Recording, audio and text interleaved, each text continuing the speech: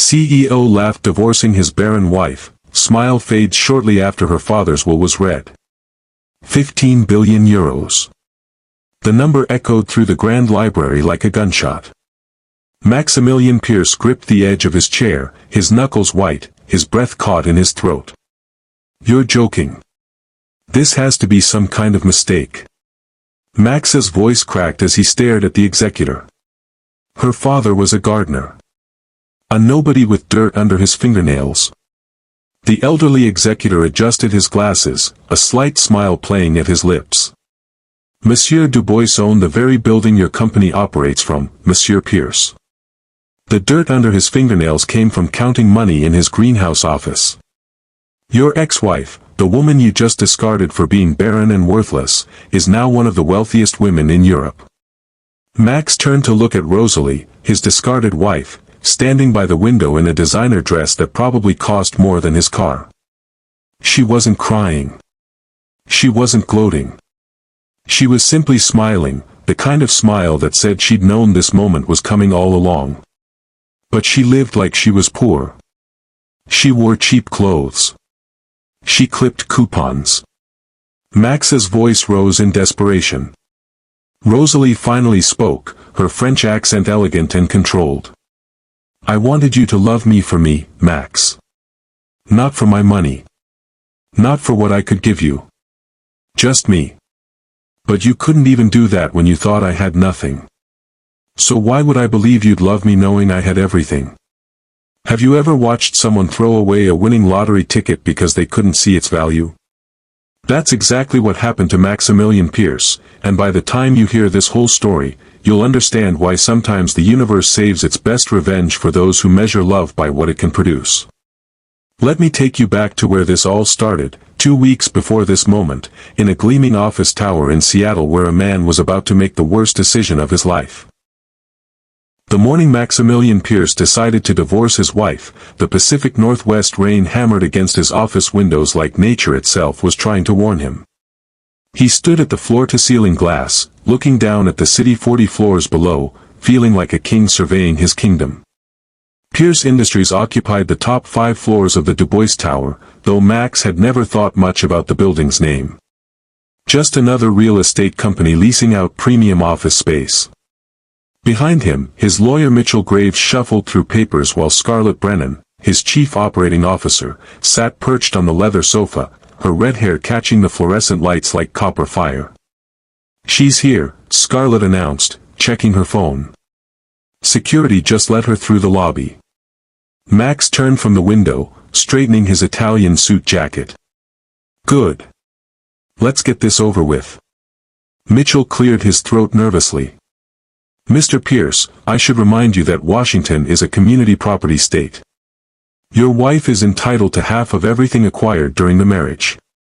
Max laughed, a sharp sound that cut through the room. Half of what?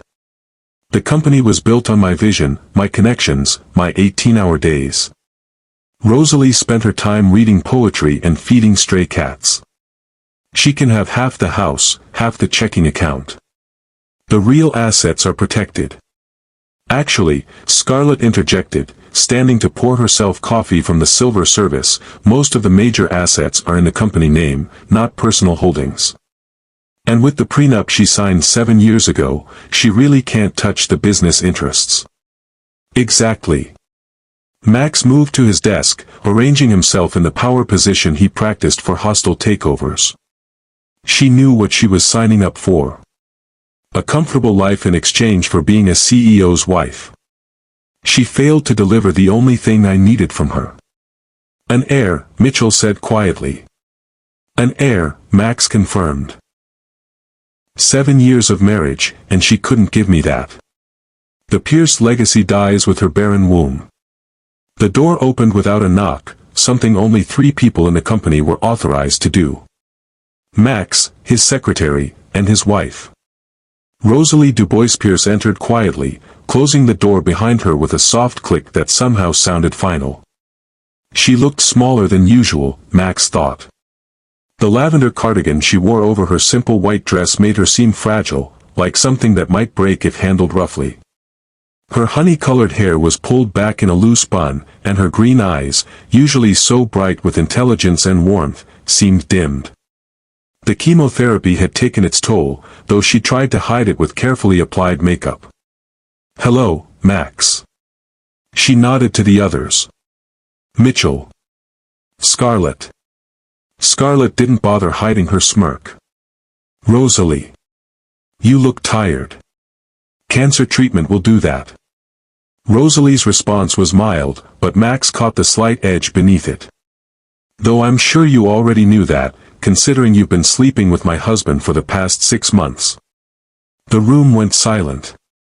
Mitchell fumbled with his papers. Scarlett's smirk widened into a triumphant smile. Max's jaw tightened. "That's irrelevant to these proceedings," Max said coldly. "We're here to discuss the divorce settlement, not assign blame." Rosalie moved to the chair across from his desk, sitting down with the careful movements of someone whose body hurt. "Blame? I'm not assigning blame, Max. I'm stating facts. You started sleeping with your COO while I was getting chemotherapy. That's not blame, it's just timeline." "Listen," Max leaned forward, his hands clasped on the desk in what business magazines had called his power pose. "We can do this the easy way or the hard way. The easy way is you sign these papers, take the generous settlement we're offering, and we all move on with our lives. The hard way involves lawyers, courts, and a very public airing of why this marriage failed." "Why it failed?"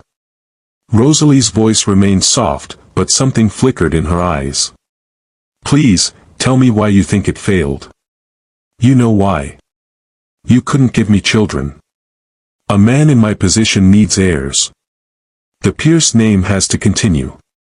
And my inability to have children, it had nothing to do with the chemical exposure from your factories." Max's face darkened.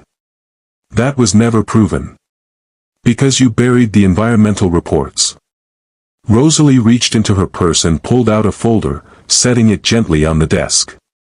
"I found them, by the way. In your home office. Dated 3 years before my diagnosis. You knew your illegal waste dumping was contaminating the groundwater near our first house. You knew, and you said nothing." Mitchell's face had gone pale.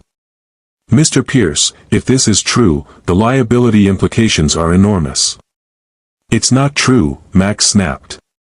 "She's desperate, making up stories to get a better settlement." Rosalie smiled then, a sad, knowing expression.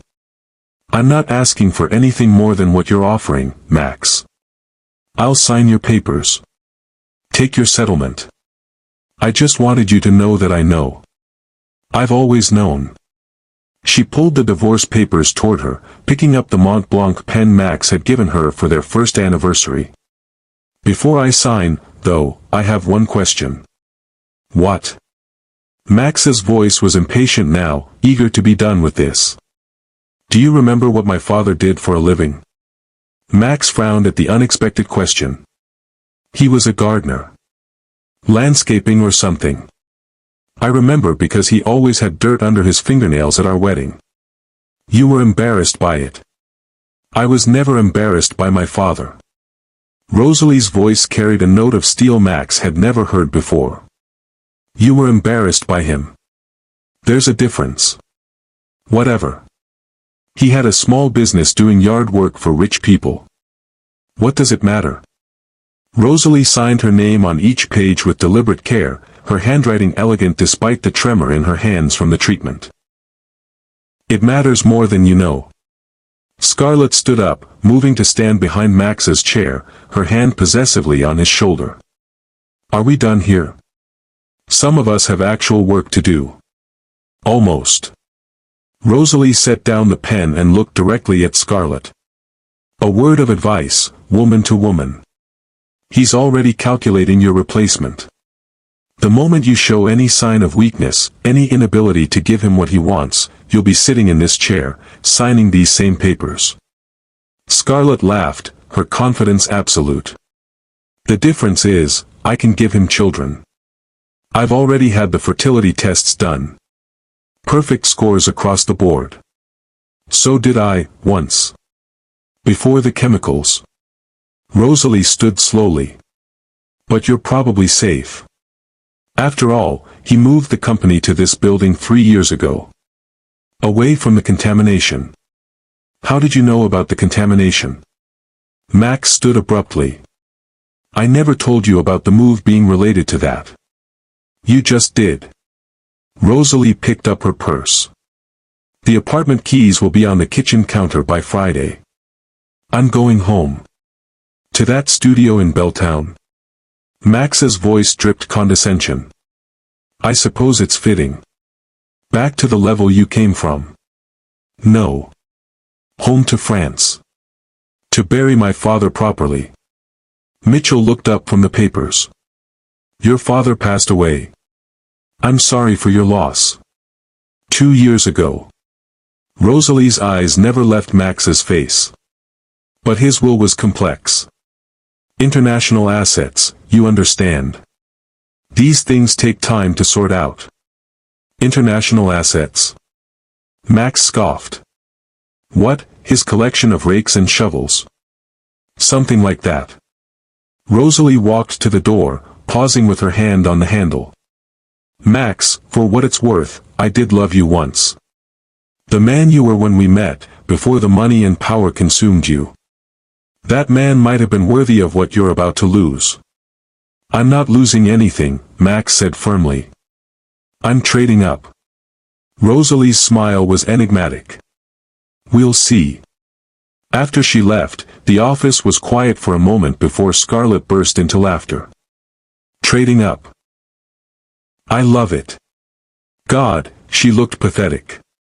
That cardigan was from Target. I saw it on clearance last week.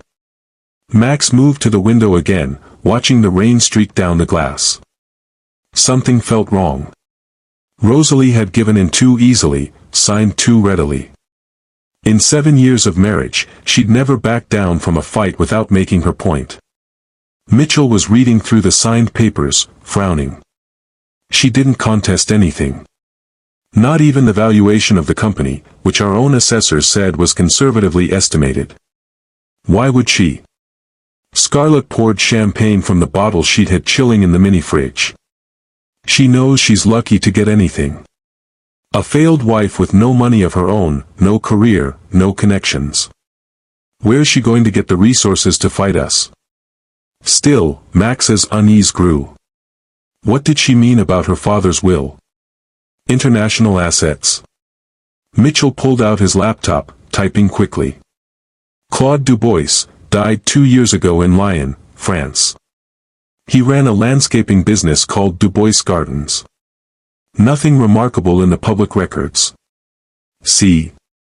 Scarlett handed Max a glass of champagne. You're being paranoid. She's nobody, from nobody, going back to nobody. But as Max raised his glass for the toast, he couldn't shake the image of Rosalie's smile as she'd signed the papers. It wasn't the smile of a defeated woman. It was the smile of someone who knew a secret everyone else was about to discover. That night, alone in his penthouse while Scarlett attended a charity function, Max found himself going through old photos on his laptop. His cursor hovered over a folder labeled Paris Conference 2016. The conference where he'd met Rosalie. He clicked it open, remembering that week like it was yesterday. He'd been nobody then, just another ambitious businessman trying to make connections at an international trade summit. His company was bleeding money, 3 months from bankruptcy, and he'd maxed out his credit cards just to afford the trip. The first photo showed the conference hall, massive and intimidating. The second showed the networking event where he'd first seen her. Rosalie had been standing near the champagne table, wearing a simple black dress that somehow made every other woman in the room look overdressed. She'd been talking to a group of older businessmen, switching effortlessly between French, English, and what sounded like German. Max had approached her because she looked approachable, less intimidating than the clear power players in the room. "Excuse me," he'd said, clutching his drink nervously. "I'm Max Pierce from Seattle. I don't know anyone here, and you seem friendly." She'd turned to him with those green eyes, smiled warmly, and said in accented English, "I'm Rosalie. And you know me now, so you're no longer alone." The photos continued through that week. Rosalie introducing him to people, translating conversations, helping him navigate the complex social dynamics of international business. There was one of them at dinner where she'd paid because his credit card had been declined. She'd done it discreetly, pretending she'd wanted to treat him to celebrate a successful meeting. By the end of the conference, he'd secured 3 major contracts that would save his company. All through connections Rosalie had facilitated. When he'd asked why she was helping him, she'd simply said, "Because I can see who you could become, and I think the world needs more dreamers who are willing to work for their dreams." The last photo in the folder was from the airport. They were both heading to different gates, but they'd stopped for coffee. Max remembered being bold, riding high on his success. "Come to Seattle with me. I know it's crazy, we've only known each other a week, but I feel like you see me in a way no one else does." She'd laughed, but not unkindly. "That is crazy. We barely know each other. Then let's change that. Give me 6 months. Come to Seattle, let me show you my world. If you hate it, I'll personally buy your ticket back to France." The photo showed her laughing at his audacity. What she'd said next wasn't captured in the image, but Max remembered it perfectly. "All right, Max Pierce. 6 months. But I should warn you, I'm not impressed by money or power. If you want to keep me, you'll have to show me your heart." He'd shown her his heart, or at least he thought he had. They'd married within a year, a small ceremony in her father's garden in France. Claude Dubois had walked her down the aisle, his hands indeed dirty from working in the soil that morning. Max remembered being embarrassed when Claude had shaken his hand, leaving a smudge of earth on Max's palm. "Your hands are soft," Claude had said in heavily accented English. "Soft hands build soft empires. Remember that." Max had dismissed it as the ramblings of a provincial Frenchman who didn't understand modern business. Now, staring at the photos, he wondered what else he'd dismissed. His phone buzzed. A text from Scarlett with a photo from the charity gala. She was wearing a designer gown that cost more than most people's monthly salary, standing next to potential investors. The caption read, "Already working on our future empire." Max closed the laptop and poured himself a scotch. The penthouse felt too quiet, too empty. For 7 years, Rosalie had filled the spaces with small touches. Fresh flowers she'd arrange herself. The smell of French pastries she'd bake on Sunday mornings. The soft sound of her humming while she read. He'd systematically criticized all of it. The flowers were a waste of money. The baking made the house smell like butter. Her humming was distracting. Piece by piece, he'd stripped away everything that made their house a home, until all that was left was this sterile showpiece. His phone rang. Mitchell's name appeared on the screen. "Max, we might have a problem." His lawyer's voice was tense. "What kind of problem?" "I did some more digging on Claude Dubois. The landscaping business was real, but it's not the whole story. There are some corporate registrations in France that don't make sense. Shell companies, holding companies, structures that suggest something much bigger." "How much bigger?" "I don't know yet. The French bureaucracy is a nightmare, and everything's in French. But Max, some of these companies have been around for decades. They own property, lots of property." Max set down his scotch. "What kind of property?" "Commercial real estate, mostly. Office buildings, shopping centers. There's one registration that shows Dubois Holdings as the owner of a building called the Seattle Commerce Center." Max's blood ran cold. "That's this building. That's where my office is." Mitchell was quiet for a moment. "That can't be right. The building's owned by Dubois International Properties. I assumed it was just a coincidence with the name. Check the parent company of Dubois International Properties." The sound of rapid typing filled the line. Then Mitchell's sharp intake of breath. Claude Dubois is listed as the CEO and primary shareholder. Max, your ex-father-in-law owned your building. He was your landlord. Max stood abruptly, his Scotch glass falling from nerveless fingers to shatter on the marble floor. That's impossible. He was a gardener. I saw his house in France, it was a cottage. Did you? Or did you see what Rosalie showed you? The memory hit Max like a physical blow. They'd visited France only once after the wedding, and Rosalie had taken him to a charming cottage on the outskirts of Lyon. Her father had been there, working in the garden, wearing worn clothes and work boots. They'd had dinner at a rustic wooden table, eating simple food and drinking local wine. But now Max remembered something else. Claude had excused himself several times to take phone calls. He'd spoken rapidly in French, but Max had caught numbers. Big numbers. And once, he'd heard Claude say something about a merger in Japan. When Max had asked about it, Rosalie had simply said her father liked to follow the stock market. A hobby of his. Mitchell, Max's voice was hoarse. I need you to find out everything about Claude Dubois. Every company, every asset, every connection. And I need it fast. Why? The divorce is already signed. It doesn't matter what her father had. It matters if she inherited it. And it matters if she's been playing me for 7 years. After ending the call, Max stood in his shattered palace of glass and steel, amber liquid and broken crystal at his feet, and for the first time in years, he felt afraid.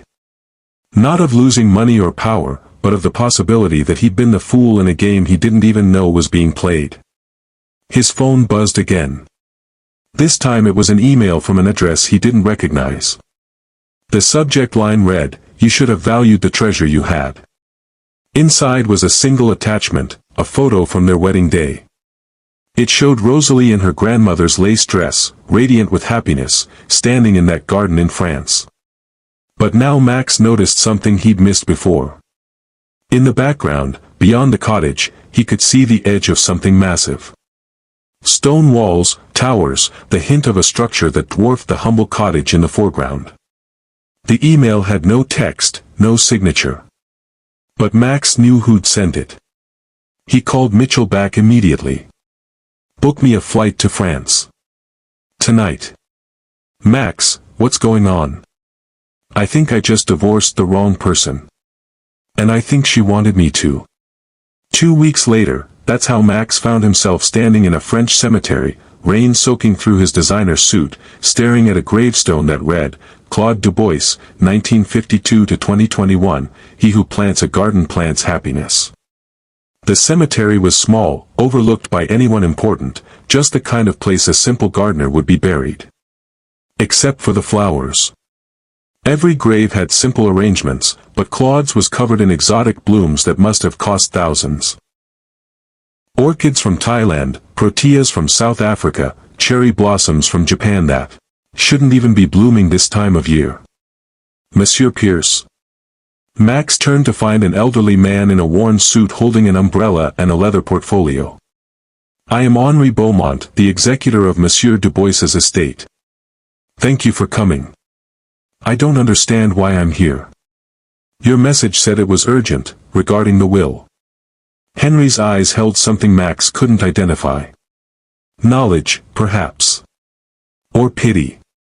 "There are complications with the will that require your presence. It would be better if we discussed this at the chateau." "What chateau?" Claude lived in a cottage. Henry's lips twitched in what might have been amusement. "Please, follow me." The drive took them out of the city, through rolling countryside that gradually transformed into manicured perfection. Vineyards stretched as far as the eye could see, each row precisely planted, the soil between them dark and rich.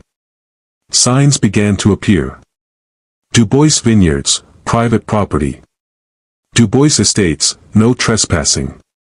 Then Henri turned through a pair of iron gates that belonged in front of a palace. The drive beyond curved through gardens that made Versailles look modest, past fountains and statuary, until finally revealing a chateau that took Max's breath away. It was massive, 5 stories of pale stone and glass, with towers at each corner and windows that caught the light like diamonds. The architecture was a perfect blend of classical French design and modern luxury, as if someone had taken a historical monument and infused it with contemporary comfort. This was Claude's. Max's voice came out strangled. The Dubois family estate. Built in 1742, renovated continuously since then. The vineyards you passed are all Dubois land. Approximately 8,000 hectares. Max's mind couldn't process the math. That was 20,000 acres. Even modest vineyard land in France was worth a fortune. This prime real estate with a chateau would be valued in the hundreds of millions. Monsieur Dubois was not merely a gardener, Henri continued as they parked in a circular drive made of marble. He was the owner and CEO of Dubois International, one of Europe's largest luxury conglomerates. Wine, perfume, fashion, real estate. Annual revenue of approximately 12 billion euros last year. Max gripped the door handle until his knuckles went white. 12 billion euros. That was over $13 billion. More than 10 times what Pierce Industries was worth. Inside, the chateau was even more impressive. Marble floors polished to mirror perfection, artwork that belonged in museums, furniture that was clearly antique but impeccably maintained. Henri led him through hallways lined with portraits of the Dubois family going back centuries, each face bearing the same intelligent green eyes Max knew so well. The library where Henri brought him was already filled with people. Max recognized some of them from business magazines and news reports. Titans of European industry, old money aristocracy, new money tech billionaires. They all turned to look at him as he entered, and none of the looks were friendly. And then he saw her. Rosalie stood by the window, her silhouette framed by the afternoon light filtering through centuries-old glass. She wore a black Chanel dress that made her look like she'd stepped out of a fashion magazine, her hair styled in an elegant chignon that revealed the graceful line of her neck. The chemotherapy pallor was gone, replaced by a healthy glow that made her look younger than her 32 years. She was talking to a man Max recognized from the Financial Times. Philippe Moreau, CEO of one of Europe's largest private banks. The man was tall, distinguished, with silver hair and the kind of presence that commanded rooms. He was leaning toward Rosalie, saying something that made her laugh, a genuine sound Max hadn't heard in years. Rosalie's voice was calm when she noticed him. "You came. You knew I would." His voice sounded rough, uncertain in this room full of power. "I suspected." She turned fully to face him, and Max saw that she was wearing the diamond necklace he'd never seen before. Each stone had to be at least 3 carats, the kind of jewelry that cost more than most people's houses. "Papa always said you were predictable when money was involved." Several people in the room chuckled. Max felt heat rise in his face. "Ladies and gentlemen," Henri announced, moving to a podium at the front of the library. "Now that all parties are present, we can proceed with the reading of Claude Marie Dubois's last will and testament." "All parties?" Max looked around confused. "Why am I a party to this?" Henri opened an ornate wooden box and withdrew a thick document bound in leather. Monsieur Dubois's will was very specific. It was to remain sealed until certain conditions were met. The primary condition was the legal dissolution of his daughter's marriage to Maximilian Pierce. The room went silent. Every eye turned to Max. "He divorced me 2 weeks ago," Rosalie said clearly, her voice carrying through the room. "The papers were finalized in Seattle. I'm legally Rosalie Marie Dubois once again." Henri nodded and began to read. "I, Claude Marie Dubois, being of sound mind and body, do hereby set forth my last will and testament.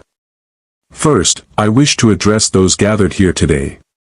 You are here as witnesses to ensure that justice is served and that my daughter's inheritance is protected from those who would seek to manipulate or control it." Max's mouth went dry. Inheritance. The word echoed in his mind.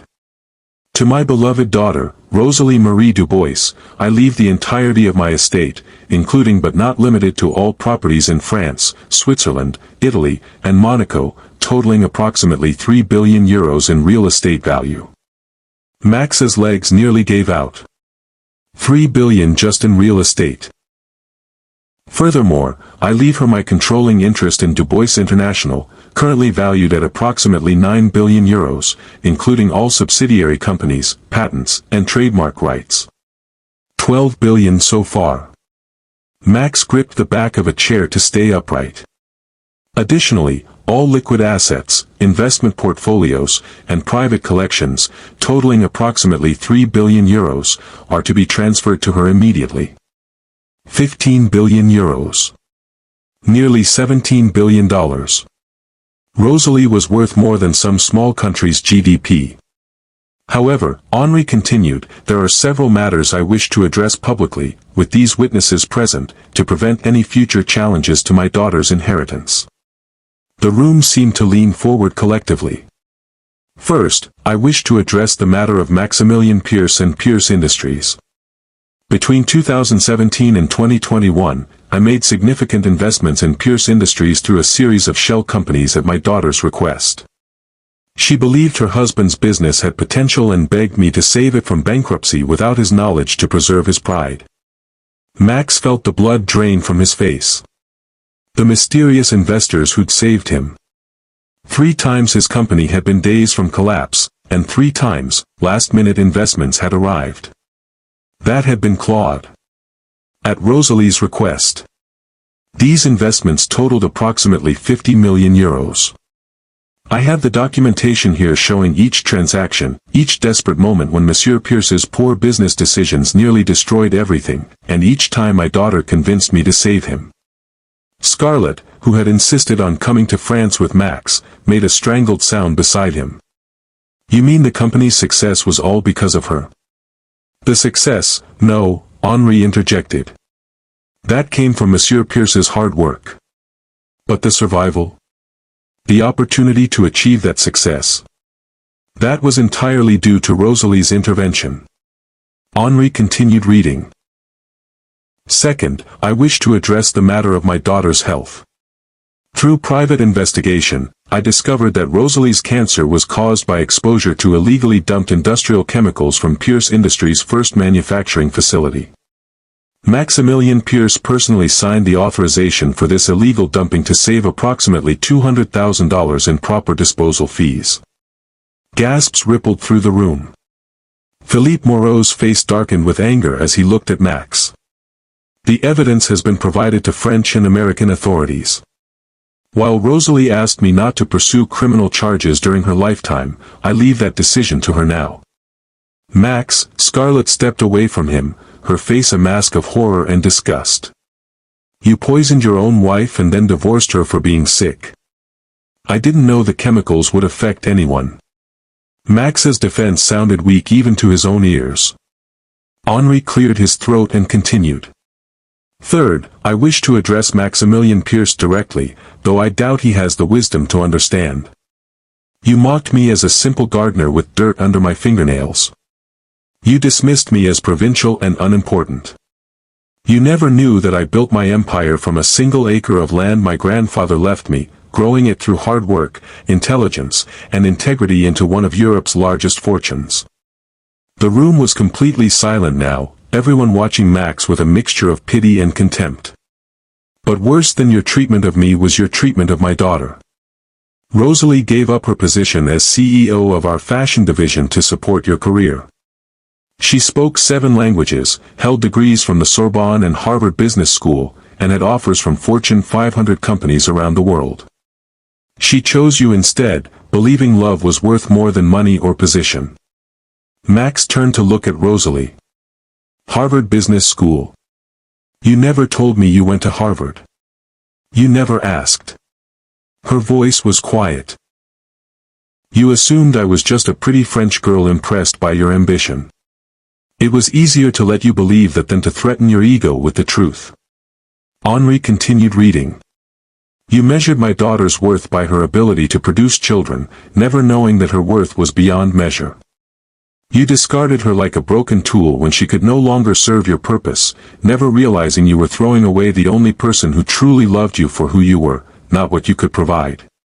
Tears were running down Max's face now, but Henri wasn't finished. Finally, I leave a message for my daughter. Rosalie, my precious girl, you are free now. Free from the small man who tried to make you smaller. Free to be the brilliant, capable woman you always were.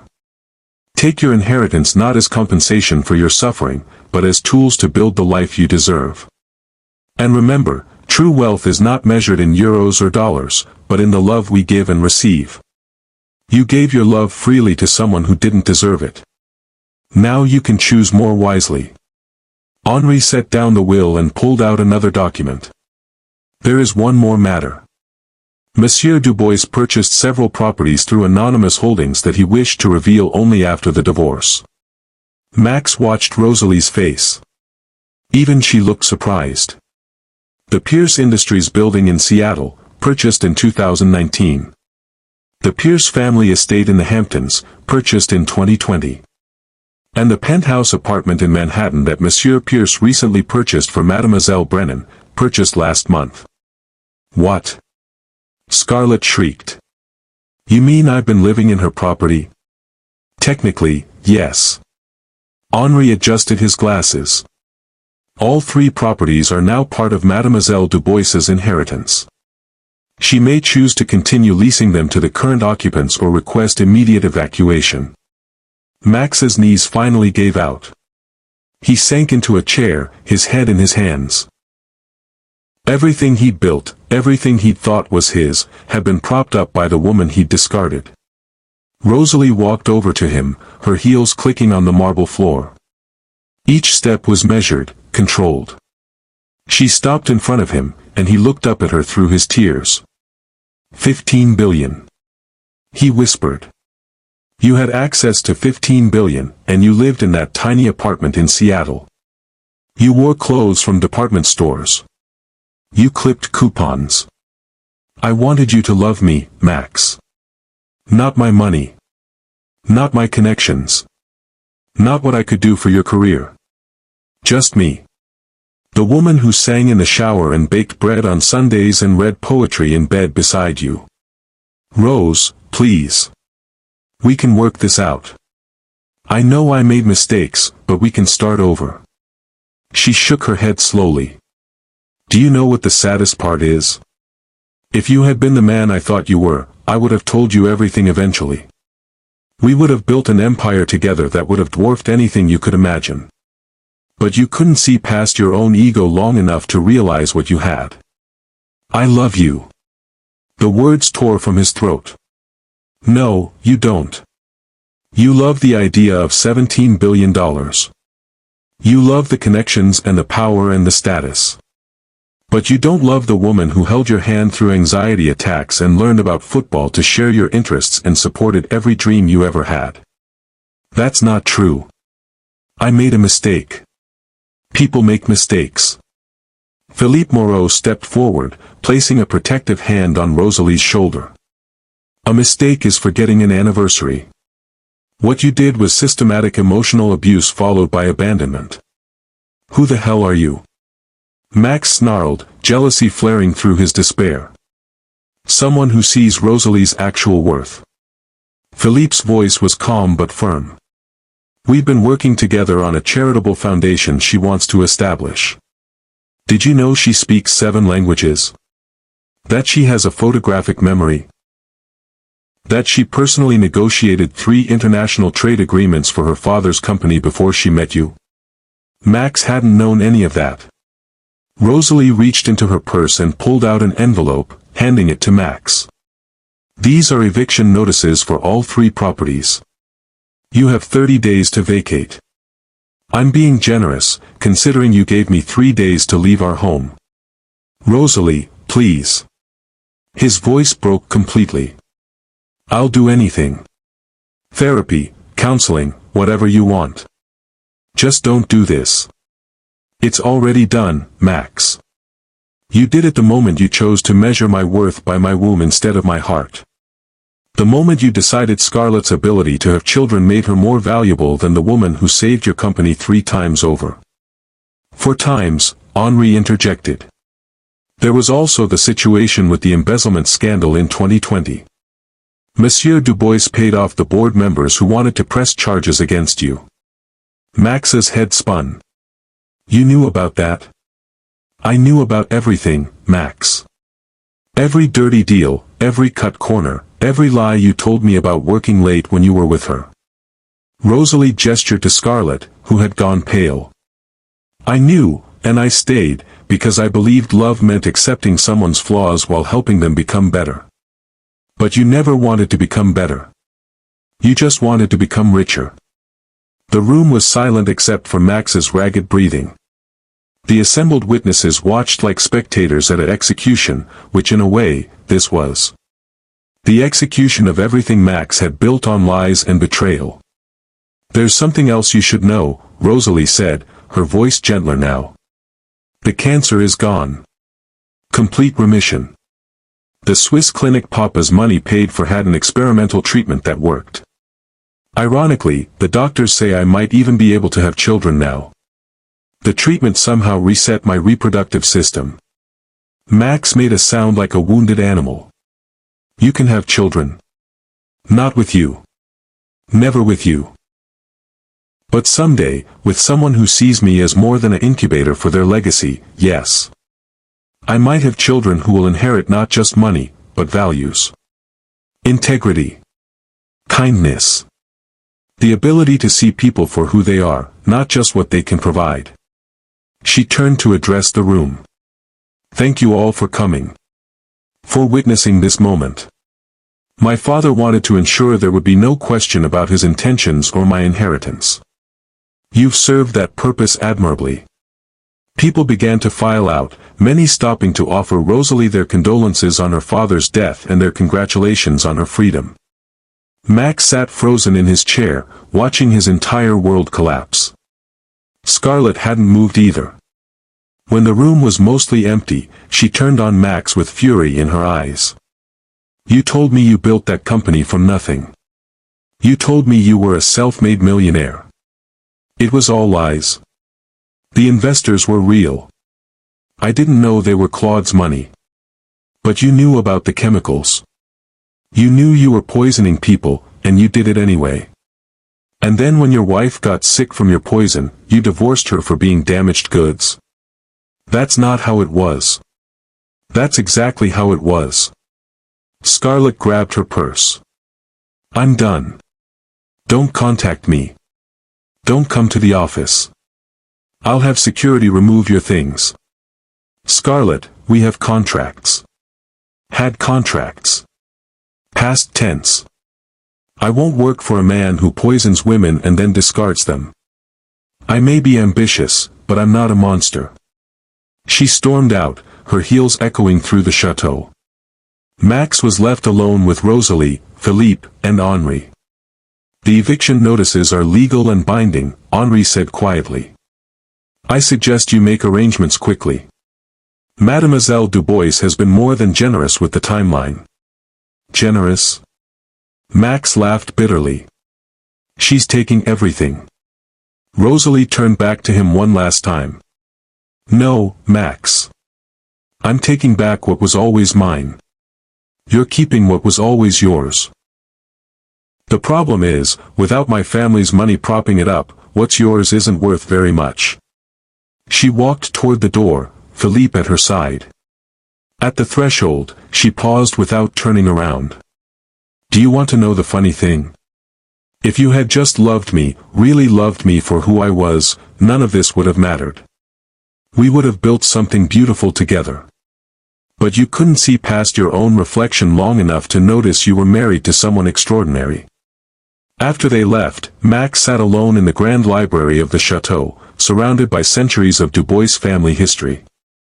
Portraits of men and women who had built something lasting, something meaningful.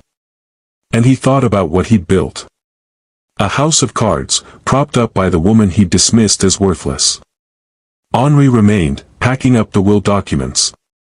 Monsieur Pierce, I knew Claude Dubois for 40 years. He was the wisest man I ever met. Do you know what he told me about you? Max looked up, not sure he wanted to hear the answer. He said you were a small man who thought money would make him bigger. But size isn't about wealth or power. It's about character. And character is the one thing you can't buy, steal, or fake. Why did he let Rosalie marry me if he knew what I was? Because she loved you. And Claude believed that love should be given the chance to grow, even if the soil looked poor. He hoped you might prove him wrong, might become worthy of his daughter's devotion. Instead, you proved him right in the worst possible way. Henri finished packing and headed for the door. A word of advice, Monsieur Pierce. Don't try to fight this. Don't try to claim some right to Rosalie's inheritance. You have no legal standing, and more importantly, you have no moral standing. Take your 30 days, relocate your business, and try to salvage what you can. Learn from this, or you'll spend the rest of your life repeating the same mistakes with diminishing returns. After Henri left, Max walked through the chateau alone. Every room was a testament to the life Rosalie had given up for him. In one parlor, he found photo albums.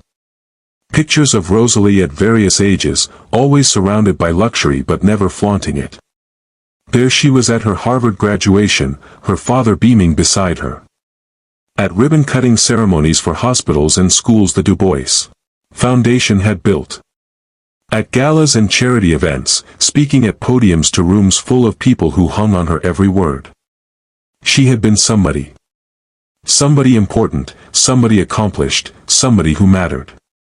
And she had given it all up to be with him, to support his dreams, to build him up while he tore her down with constant criticism and casual cruelty. In the last album, he found their wedding photos.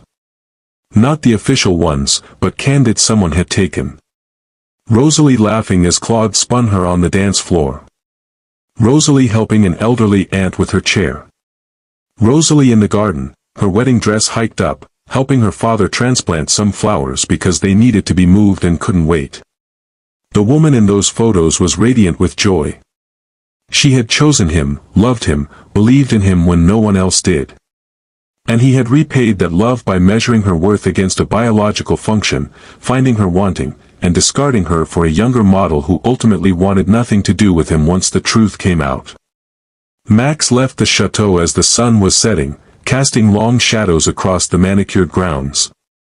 His rental car looked pathetic parked next to the Bentleys and Rolls-Royces of the other guests. As he drove away, he looked back once at the chateau blazing gold in the dying light. Rosalie was standing at one of the upper windows, watching him leave. She didn't wave. She just watched, making sure he was really going. Back in Seattle 3 days later, Max stood in his office, now knowing it belonged to Rosalie. The city spread out below him, but it no longer looked like his kingdom. It looked like a memorial to his colossal failure of judgment. Mitchell was there with a team of lawyers, trying to figure out how to salvage the company. Without the building, without the favorable lease terms Claude had secretly provided, without Scarlett and the team she'd taken with her, Pierce Industries was hemorrhaging money. We could file for bankruptcy, Mitchell suggested. Restructure, start over. With what? Max's voice was hollow. My reputation is destroyed. The news about the poisoning has gone public.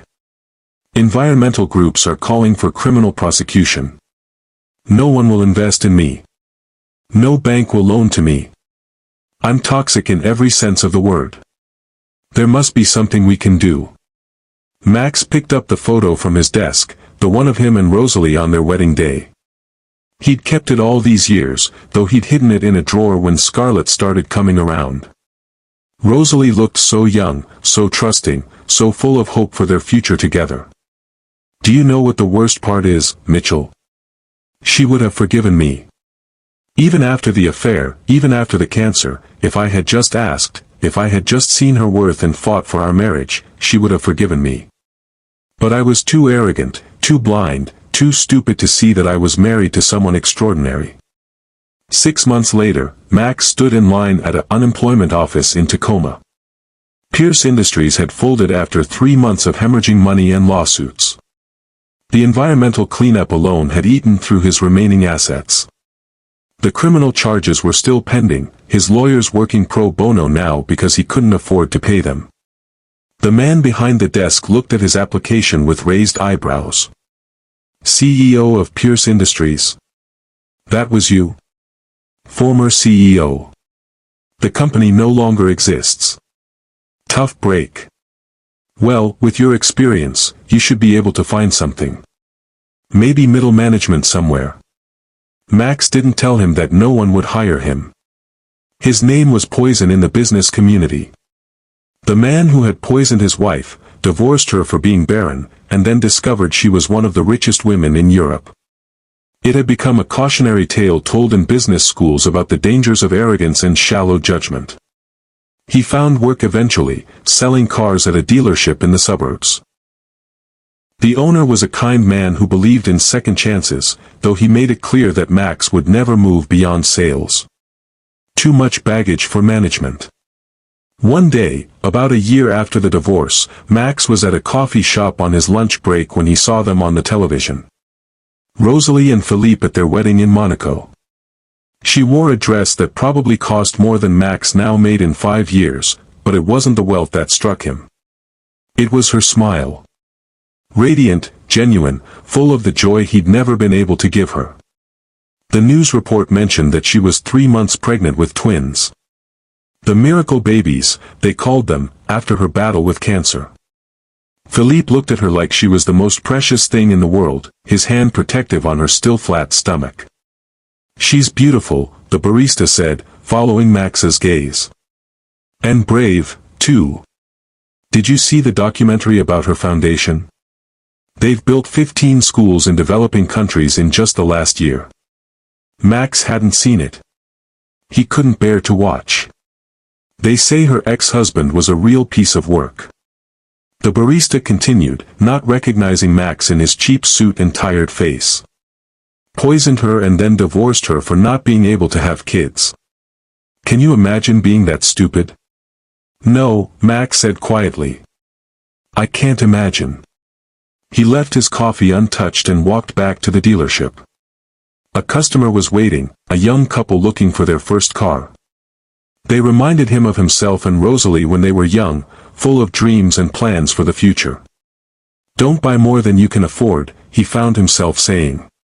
And don't sacrifice what really matters for what looks impressive. A Honda with someone who loves you is worth more than a Mercedes with someone who doesn't. The couple looked confused but thanked him for the advice. As they drove away in their modest sedan, Max thought about Rosalie's words in the chateau. True wealth is not measured in euros or dollars, but in the love we give and receive. He had been given love worth more than all the money in the world, and he had thrown it away because he couldn't see past his own narrow definition of value. Now he had neither love nor money, just the memory of what he'd lost and the knowledge that he had no one to blame but himself. That night, in his studio apartment that was smaller than the closet in his old penthouse, Max wrote a letter he would never send. Dear Rosalie, I know I have no right to contact you, and I promise I never will.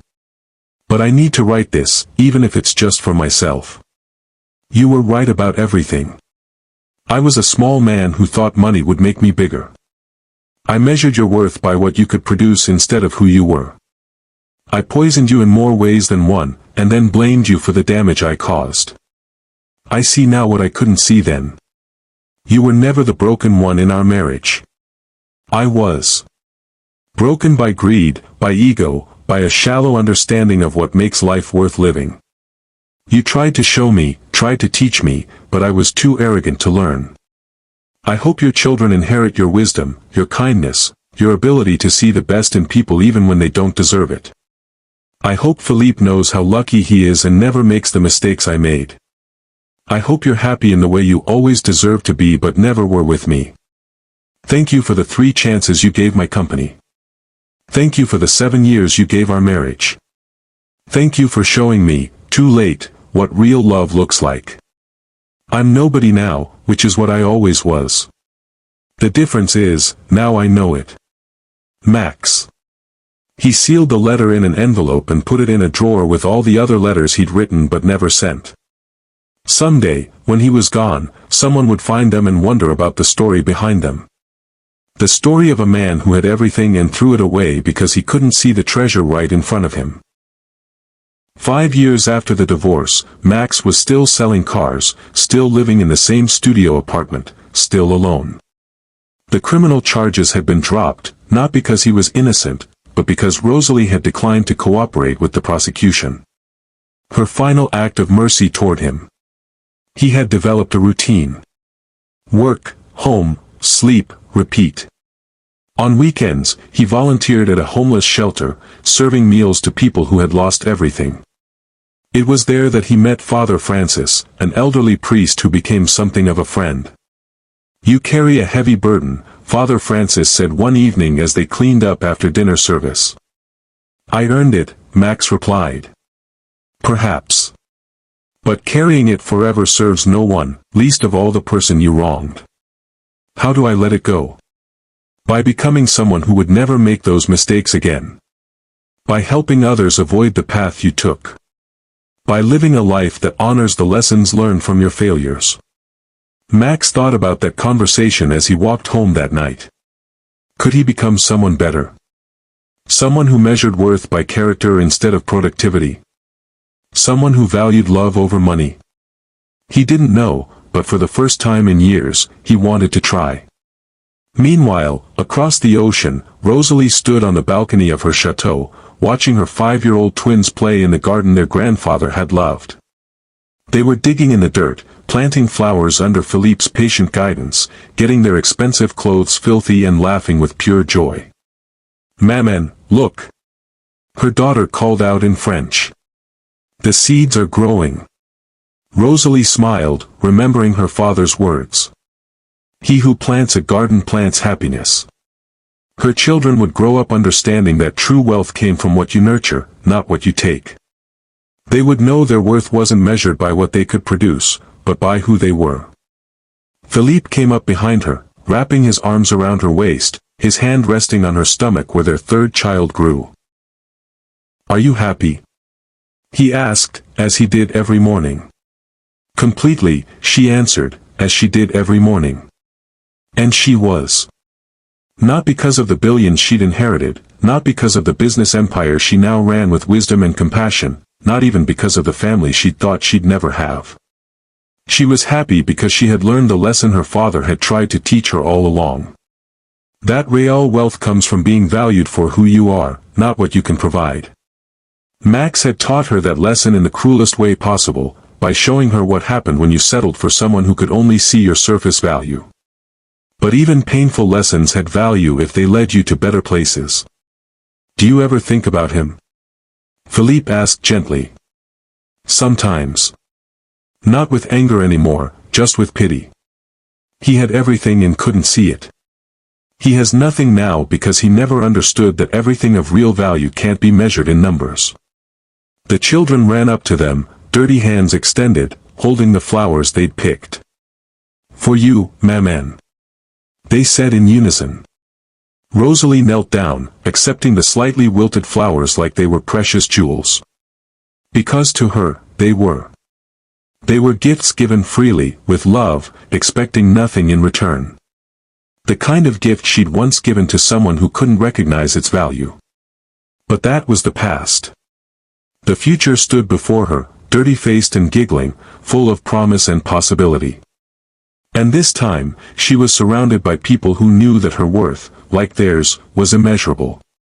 Tell us what you learned from this story in the comments below. Have you ever been undervalued by someone who should have treasured you? Have you ever realized too late that you let go of something precious? Remember to subscribe to our channel for more stories that remind us all that true worth cannot be measured by shallow standards, and that sometimes the universe has a way of revealing truth in the most poetic ways. Share this story with someone who needs to remember their own immeasurable worth today.